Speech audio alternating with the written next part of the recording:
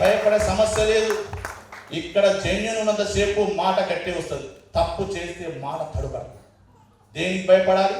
దొంగలకు భయం, దోపిడీ చేస్తోనికి భయం, ఇంకా చెప్పాలంటే సామాన్యులు అలాంటి వాళ్ళకి భయం. మనకెందుకే భయం? జెన్యూన్ వ్యక్తులం, జెన్యూన్ కంపెనీ, జెన్యూన్ ల్యాండ్స్, జెన్యూన్ గా పనిచేసే వ్యక్తులు అయ్యా ఇక్కడ ఉన్న వాళ్ళందరూ. ఇది చేద్దాం.